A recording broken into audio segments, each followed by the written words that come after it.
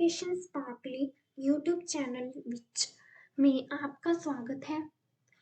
तो आज हम हिस्ट्री का जो टॉपिक है राष्ट्रीय आंदोलन की महत्वपूर्ण घटनाएं वो देखेंगे।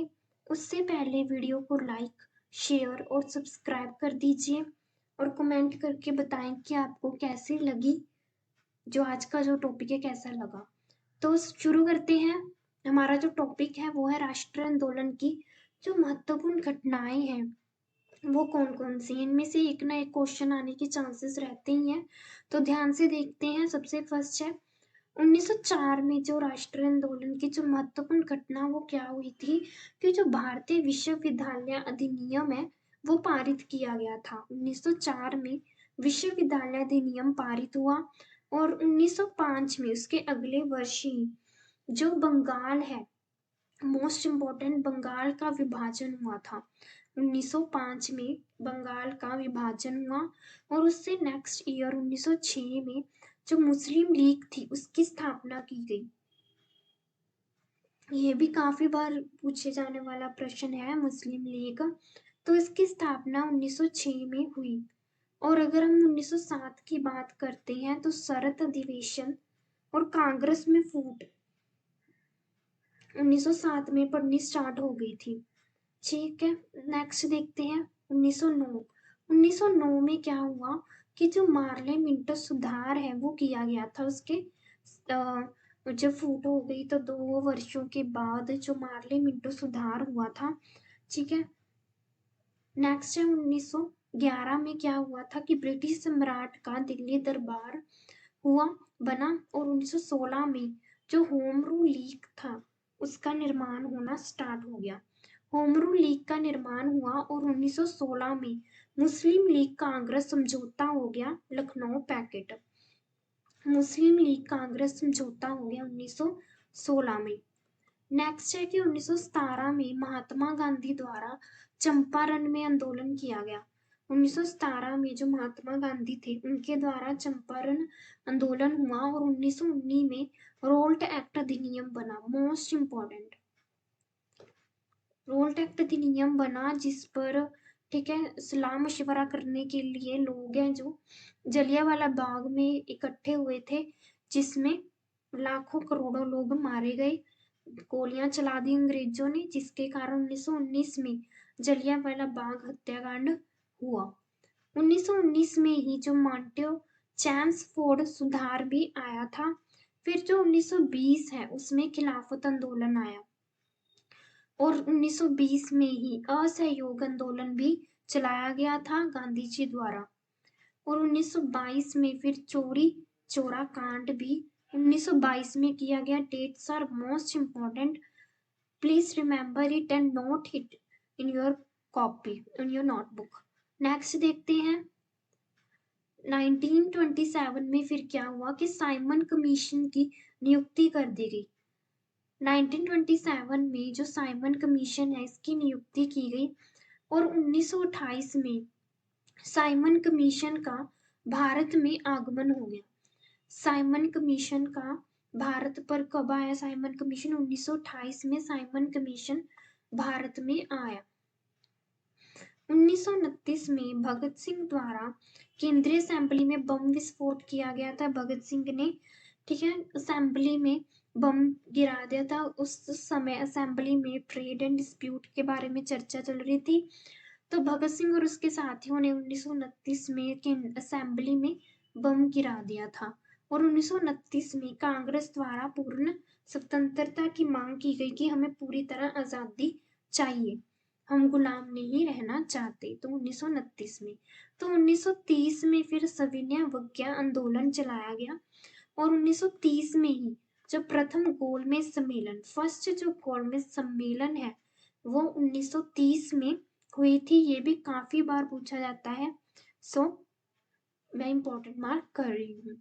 नेक्स्ट देखते हैं 1931 में जो गोलमेज सम्मेलन हुआ था वो सेकंड हुआ था उसके 1 साल बाद।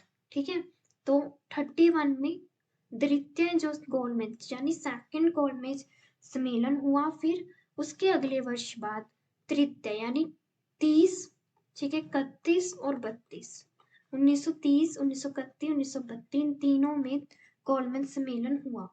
फिर 1932 में क्या हुआ, सांप्रदायिक निर्वाचक प्रणाली की घोषणा की गई, ठीक है, कम्युनिटी आई। 1932 में पना पैकेट आया और 1942 में, ये मोस्ट इम्पोर्टेंट है, भारत छोड़ो आंदोलन चलाया गया। ठीक है, अंग्रेजों को भारत छोड़ने के लिए विवश किया गया कि भारत छोड़ो हमारा, 1942 में। 1942 में ही क्रिप्स मिशन का आगमन हो गया फिर, और 1943 में आजाद हिंद फौज की स्थापना की गई। नेक्स्ट देखते हैं। नेक्स्ट है कि 1946 में फिर जो कैबिनेट मिशन है उसका आगमन हो गया, कैबिनेट मिशन आई। ठीक है, कैबिनेट मिशन आया 1946 में, और 1946 में ही भारतीय संविधान सभा का भी निर्वाचन किया गया। 1946 में जो त्रिम सरकार है, अंतरिम, ठीक है, सरकार है, इसकी स्थापना हुई। और 1947 में हमारा देश तो आजाद हो गया, बट भारत के विभाजन जो वंड है, ठीक है, विभाजन है, उसकी माउंट बेटन योजना भी बनाई गई 1947 में। उन सबको पता ही है, हमारा भारत स्वतंत्र हो गया। नेक्स्ट हम देखते हैं कि इंपॉर्टेंट स्लोगन, ठीक है, महत्वपूर्ण नारे कौन कौन से थे। सबसे फर्स्ट जो नारा है जिसने लगाया, वो कौन थे, लाल बहादुर शास्त्री थे, जिन्होंने जय जवान जय किसान। पूछा जाता है कि जय जवान जय किसान नारा किससे संबंधित है, किसने लगाया, किस से रिलेटेड है, तो लाल बहादुर शास्त्री से रिलेटेड है। इन्होंने कहा था जय जवान जय किसान। मारो फिरंगी को, ये किसका डायलॉग है, एक तरह का हम देखें आज की भाषा में तो किसका डायलॉग है ये, तो मंगल पांडे का ओरिजिनल डायलॉग है, मारो फिरंगी को। जय जगत जो है वो विनोबा भावे का नारा था, जय जगत। और कर मत दो, वल्लभ भाई पटेल को कौन नहीं जानता, वल्लभ भाई पटेल, ठीक है, जिन्हें लौह पुरुष भी कहा जाता है। तो इन्होंने कहा था कि कर मत दो, टैक्स, कर मतलब टैक्स, टैक्स मत दो, ठीक है, इनका नारा था।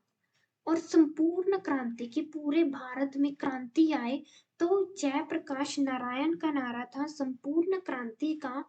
और विजय विश्व तिरंगा प्यारा, ये श्यामलाल गुप्ता पार्षद का नारा था। Vande Mataram, most important and knowledgeable question, कि वंदे मातरम है जो, वो बंकिम चंद्र चटर्जी का नारा था। जन गण मन, ये मोस्टली बच्चों को पता ही होगा कि जन गण मन है जो, वो रविंद्रनाथ टैगोर का नारा था। बढ़ते हैं 9th क्वेश्चन की तरफ। समाजवाद, साम्राज्यवाद का नाश हो, ये किसका नारा था, भगत सिंह का नारा था, साम्राज्यवाद का नाश हो। 10th है कि स्वराज हमारा जन्म सिद्ध अधिकार है, ये किसका डायलॉग था, किसका नारा था, कि जो साम्राज्य है, ठीक है, हमारा जन्म सिद्ध अधिकार है, तो बाल गंगाधर तिलक ने ये नारा लगाया था। इनकलाब जिंदाबाद, ये तो सब मोस्टली बच्चों को पता होगा, इनकलाब जिंदाबाद भगत सिंह का नारा है, जिन्होंने क्रांति लाई थी।